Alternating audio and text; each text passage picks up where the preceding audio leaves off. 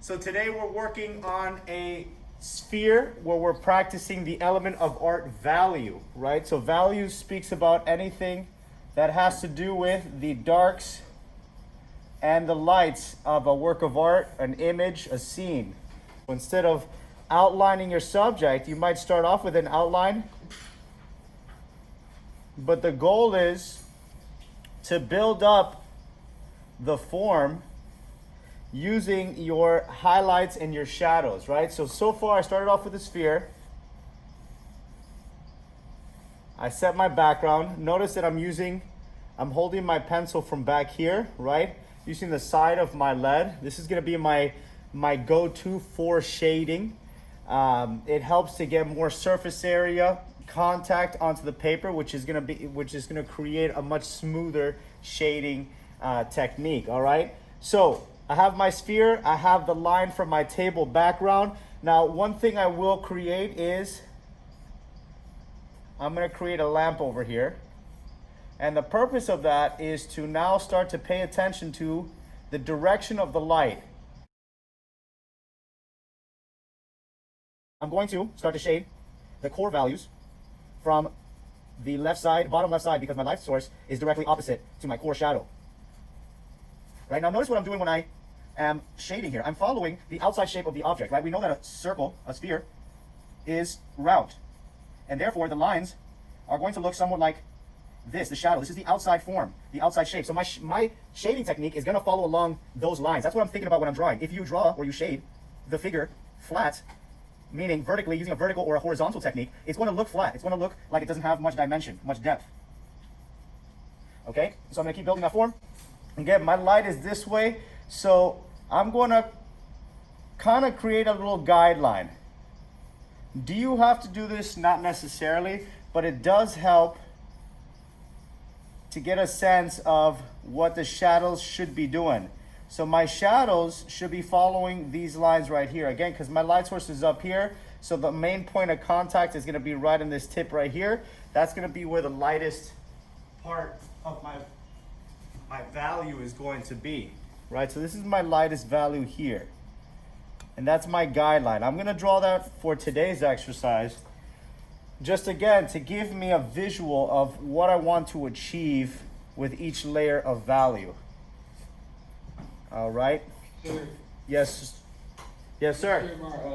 Mark, so again, I've created guidelines for how I'm going to shade the different parts.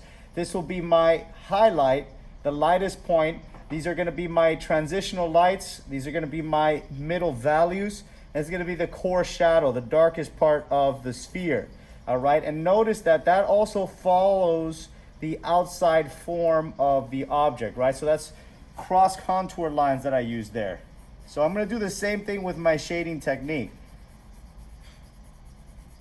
I'm going to follow the outside shape, and that's really what's going to give me that dimension, that sense that the figure is rounded.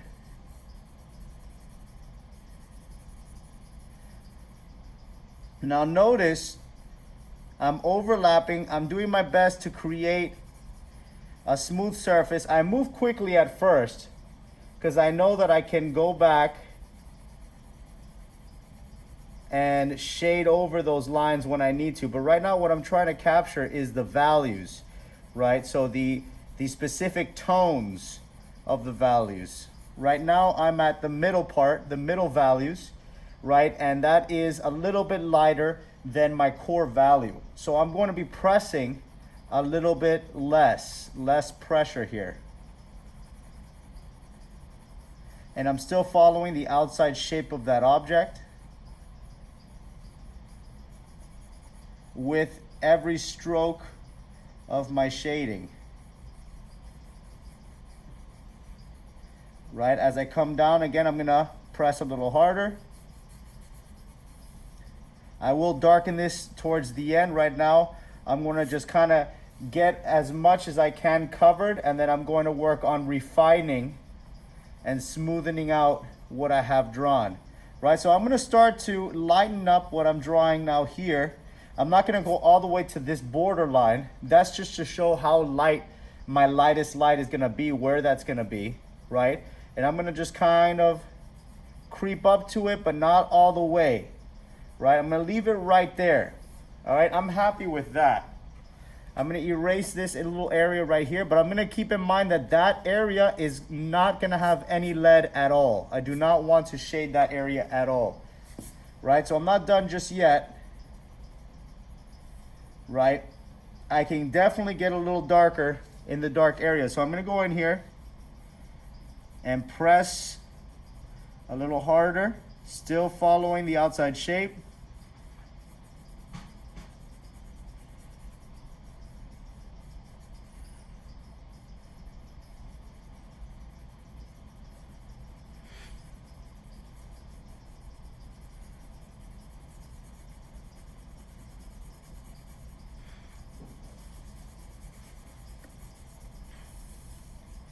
All right, so always keep in mind that in direct opposition to the direction of your light, you will have the darkest area of your object.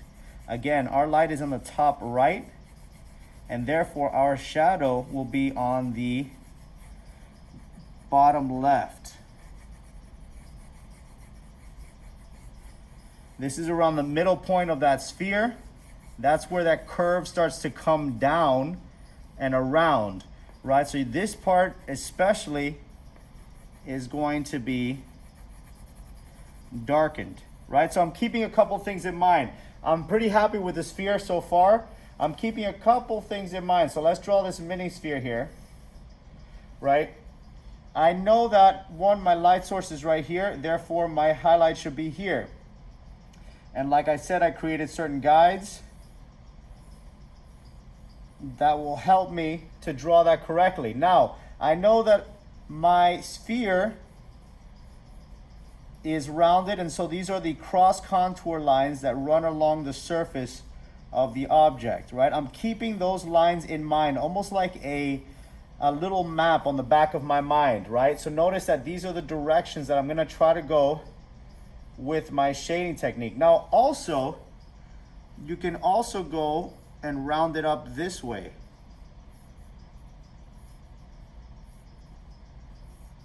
You can also go this way as well. So you'll see that when I'm crossing my shading technique, I'll go this way, following along the surface of the object. I'll go around in this direction, but then I'll cross it, especially when I'm trying to get a little darker.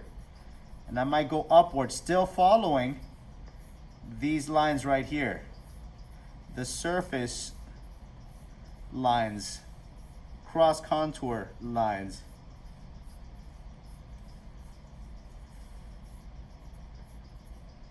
So those are basically my guides as I'm drawing. I'm keeping that in the back of my head. All right, I'm pretty happy with that so far. Now, another part of the shadow is the cast shadow. So my light's coming directly this way. That means my shadow is going to go in the complete opposite. And it's going to be right around there, right? Maybe a little bit longer because of the angle of that light. Now, if you think about it, the light is over here. It's kind of behind the subject and on top. So it's going to be the direct opposite of that light source. So I'm going to shade this in here.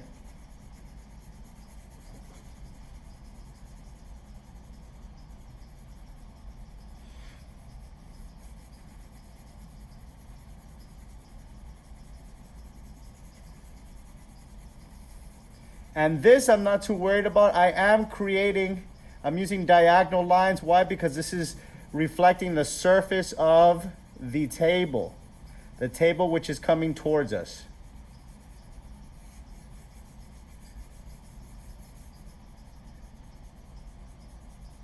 Now, the closer that we get to the sphere, the darker this shadow is going to be. And the further away, the more that shadow diffuses, right? Because light is always bouncing around, and therefore this shadow is going to start to lighten up as it gets away from that core area that's being blocked off, right? I'm pretty happy with that in terms of my shading technique.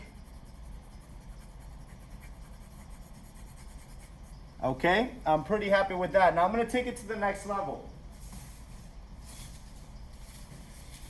I'm gonna use a piece of paper to smudge and really smoothen out those value areas because I have more texture than I want. I want this to be nice and smooth, right? So I'm going to, again, follow along the outside shape of the object. And what we're doing is we're really pushing those little particles of graphite and lead across the surface so that they blend more, giving you that smoother look. And notice that I'm going around the object here. I'm going now at a diagonal, again still following along the lines, the cross contour lines that I have as a guide in my mind. It's starting to look more smooth, right? Still has the rounded feel to it. I'm gonna do the same thing this time. I'm going outwards, again, kind of reflecting the surface of the table.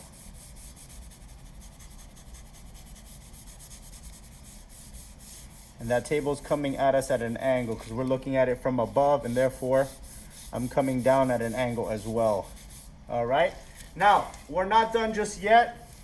There's going to be a bit of reflected light. Now, like I said, light is always bouncing around the object, right? It's bouncing everywhere. You see that if this area is lighter, that means light is either coming from above or directly from your light source. If it was directly from your light source, the background would be dark, right? In this case, it's on the right-hand side, and we're assuming that light is coming from above as well, right? So that means that light is coming, boom, it's gonna be bouncing off in different directions, depending on where that light source is from above, and it's gonna be bouncing back up.